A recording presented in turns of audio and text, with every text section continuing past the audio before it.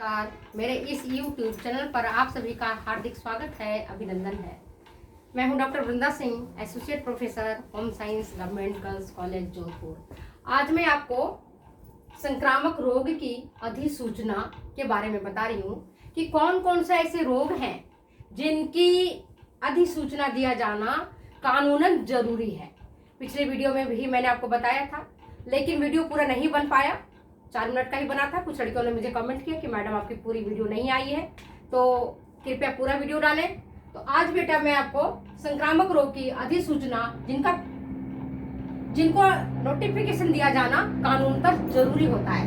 अगर आप कानूनतः उसको सूचना नहीं देते हैं, छुपा कर रखते हैं, जैसे मान लो किसी को कुष्ठ रोग हो गया या किसी को क्षय रोग हो गया, अब वो शर्म के बारे में नहीं बता रहा है, डॉक्टर से नहीं दिखा रहा है, और अगर डॉक्टर से दिखा लिया और उसको पता चल गया कि मैं लेप्रोसी से या क्षय रोग से पीड़ित हूँ, तो उसकी सूचना लिखित में, पहले तो आप अस्पताल जाओगे, डॉक्टर साहब से दिखाओगे और डॉक्टर साहब फिर जांच करेंगे और पता चल जाएगा कि कोई ऐसा रोग है जो कि कंटामिनेटेड है, संक्रामक है।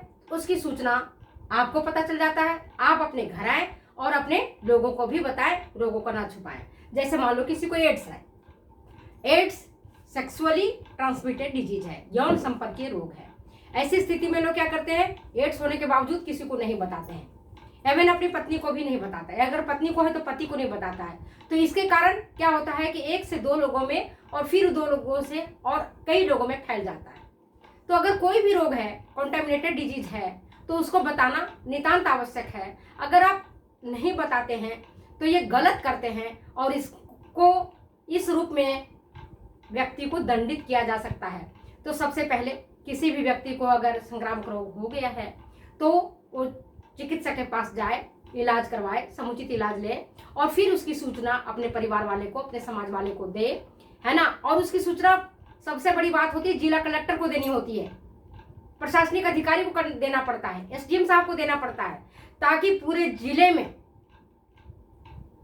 ये रोग ना फैले और जल्दी से जल्दी इस पर अंकुश लगाया जा सके। तो मैंने आपको बताया था मलेरिया एक संक्रामक रोग है, पोलियो है, जल संत्रास है, चेचक, इसके बारे में मैंने डिटेल्स पिछले वीडियो में बताई थी। आगामी वीडियो में आप देखो चेचक, जो आजकल चेचक जो है वर्तमान में सुनने को कम ही मिलता है, क्योंकि इस पर काफी काबू पा लिया गया है, इसका टीका विकसित हो गया है और चेचक पर काफी नियंत्रण हो चुका है। ये वायरस से फैलने वाला रोग है। इसी तरह से खसरा, छोटे छोटे दाने फोड़े की तरह पूरी बॉडी में हो जाता है, पीठ में भी, गले में भी, गाल में भी, हाथ में भी। तो खसरा भी एक संक्रामक रोग है। हैजा, आप जानते होंगे कि हैजा बैक्टीरिया से, जीवाणु से फैलने वाला एक अत्यंत संक्रामक रोग है। हम सुनते थे अपने माँ से, दादी से कि जब हैजा फैला था 1962 में, तो लोग इतने मरे थे कि कह नहीं सकते हैं। कहते हैं कि एक लाश जाती नहीं थी जलने के लिए कि दूसरी लाश घर में तैयार होती थी, और एक परिवार में तो पूरे के पूरे लोगों की जान चली गई, केवल उसमें से एक व्यक्ति बचा था। तो हैजा बहुत ही जल्दी से फैलने वाला रोग है, इतनी तीव्र गति से फैलता है कि पूरा गांव का गांव एक बार में साफ हो जाता है। जैसे अभी कोरोना के कारण आपने देखा कि कोरोना के कारण कितने लोग की डेथ हो गई, कितने लोग अस्पताल में जूझ रहे थे, कितने लोग की आर्थिक स्थिति खराब हो गई दवाइयां कराते कराते। यह हालत हो जाती संक्रामक रोग के कारण।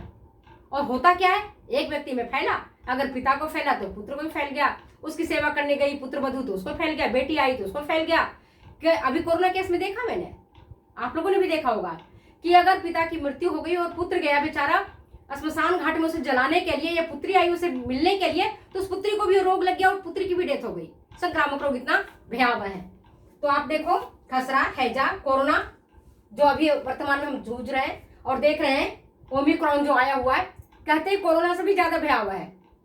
इसके लक्षण भी जल्दी पता नहीं चलते हैं और जल्दी से जल्दी ये लंग्स पर आक्रमण करता है, लोगों को अपनी चपेट में ले लेता है। ये वायरस से फैलने वाला रोग है। टाइफाइड, पैराटाइफाइड, ये भी आपकी संक्रामक रोग है, जो कि संदूषित कॉन्टामिनेटेड वाटर, कॉन्टामिनेटेड फूड से ये फैलता है। प्लेग चूहों से फैलने वाला रोग है। जब सूरत में प्लेग फैला था, गुजरात के सूरत शहर में जब फैला था, तो बहुत लोगों को नुकसान हुआ था, बहुत लोग की डेथ हो गई थी और अंतरराष्ट्रीय उड़ानें बंद कर दी गई थी, क्योंकि ये संक्रामक रोग है। अगर यहाँ के लोग दूसरी जगह चले जाएंगे, दूसरे राष्ट्र में चले जाएंगे, तो वहां भी ये रोग फैल जाएगा।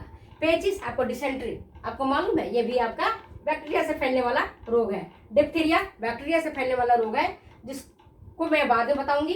पीत ज्वर बाद में चर्चा करूंगी। डेंगू, ये भी आपका मच्छर काटने से फैलता है, जिसका अर्बो वायरस एक विषाणु है जो कि इस रोग को फैलाता है।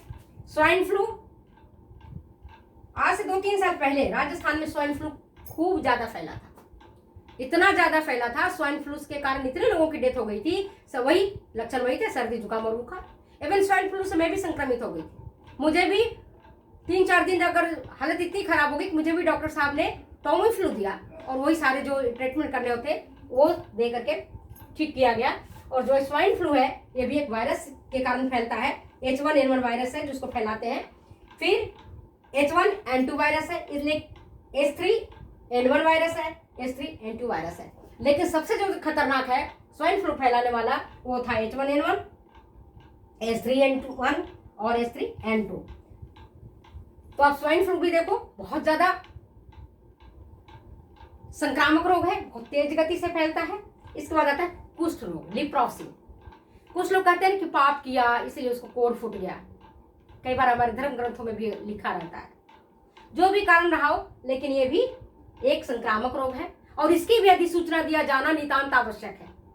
क्षय रोग, अब तो कम हो गया क्षय रोग के रोगी कम देखने को मिलते हैं, क्योंकि अब इससे संबंधित कई दवाइयां विकसित हो चुकी हैं और छोटे बालकों को तो जन्म के तुरंत बाद BCG का टीका लगा दिया जाता है, जिससे कि बच्चों को क्षय रोग ना हो, टीबी ना हो।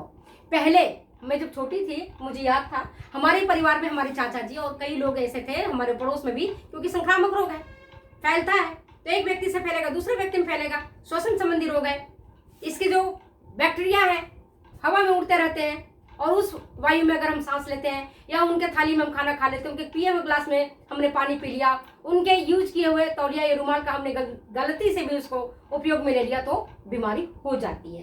तो क्षय रोग भी एक जो है वो आपका संक्रामक रोग है। कन्फेड, जिसको मम्स कहते हैं, गाल के दोनों तरफ सूजन आ जाती है, मम्स। आप देखते हो बच्चे हैं चाहे बड़े, उनके खासकर छोटे बच्चों में ज्यादा होता है।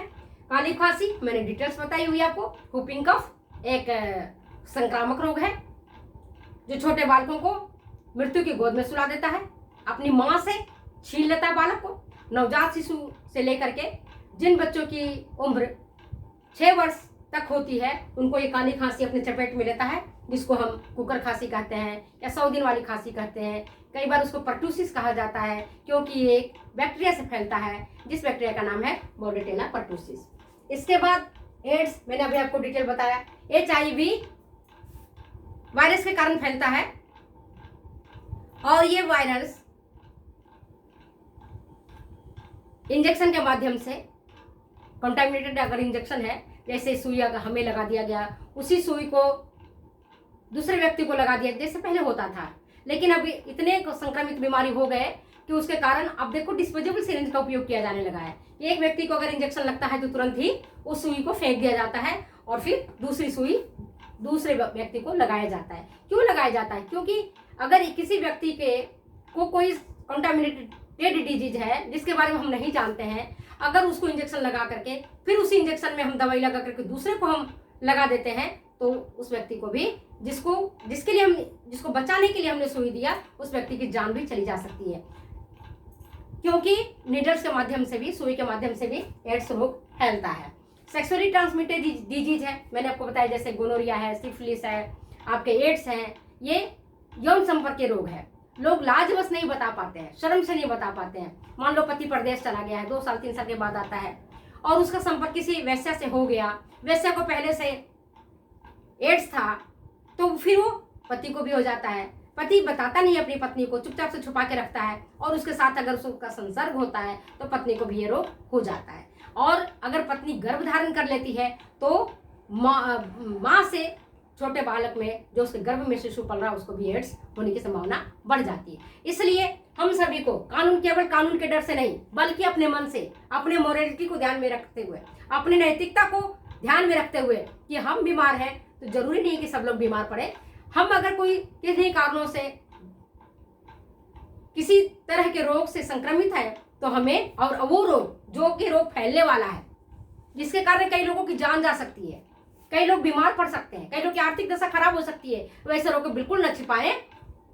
तो आज मैंने आपको इसके बारे में डिटेल्स बताया है। अगर ये वीडियो आपको अच्छी लगती है तो प्लीज़ शेयर करें, कमेंट करें, लाइक करें और सब्सक्राइब करें। आप जब लाइक करते हो, कमेंट करते हो तो हमें आगे वीडियो बनाने के लिए उत्साह मिलता है और हम आगे बढ़कर के वीडियो बनाते हैं। तब तक के लिए मुझे जाने के दे इजाज़त। बाय बाय, फिर मिलते हैं। बाय बाय बेटे।